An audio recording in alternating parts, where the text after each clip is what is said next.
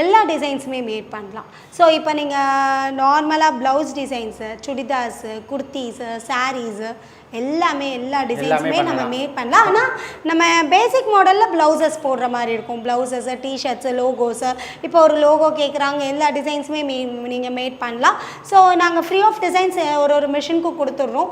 அது இல்லாமல் கஸ்டமர்ஸ்க்கு அவங்களோட கஸ்டமர்ஸ் கேட்பாங்க இல்லையா, எனக்கு கூகுளில் பார்த்துட்டு இந்த டிசைன் தான் வேணும் அப்படின்னு கேட்குறவங்களுக்கு அந்த டிசைன்ஸ் நாங்கள் அரேஞ்ச் பண்ணி கொடுப்போம். அதே மாதிரி ஒரு எம்ப்ராய்டரி, இது ஒரு பிக்சர் போட்டு முடிக்குது, எம்ப்ராய்டிங் பண்ணி முடிக்குது ஆட்டோமேட்டிக்னு சொல்கிறீங்க, அதுக்கு எவ்வளோ டைம் எடுக்கும்? டைம் டிசைனை டிபெண்ட்ஸ் பண்ணி தான் இருக்கும். ஸ்டிச்சஸை டிபெண்ட்ஸ் பண்ணி இருக்கும்.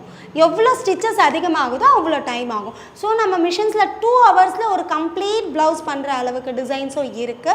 5 ஹவர்ஸ் மேக் பண்ணுற டிசைன்ஸும் இருக்குது. Depends on design. டிசைனில் ஸ்டிச்சஸ் அதிகமாக ஆகுதுன்னா அந்த டிசைன் கொஞ்சம் லேட் ஆகும். ஸ்டிச்சஸ் கம்மியாக இருக்குன்னா அந்த டிசைன் சீக்கிரமாக முடிஞ்சிடும். ஸோ சிம்பிள் டிசைன்ஸ் பண்ணுறோன்னா ஒரு நாளைக்கு நம்ம 4 டிசைன் பண்ணுற மாதிரி இருக்கும் ப்ளவுஸ் டிசைன்ஸு. கொஞ்சம் ஹெவியாக டிசைன் பண்ணுறோன்னா ஒரு ஃபுல் ப்ளவுஸு, எல்போ ஸ்லீவ்ஸு, அந்த மாதிரி ஹெவியாக டிசைன்ஸ் நம்ம பண்ணுறோன்னா அதுக்கு நமக்கு ஒரு 2 ப்ளவுசஸ் தான் பண்ணுற மாதிரி இருக்கும் பர் டே.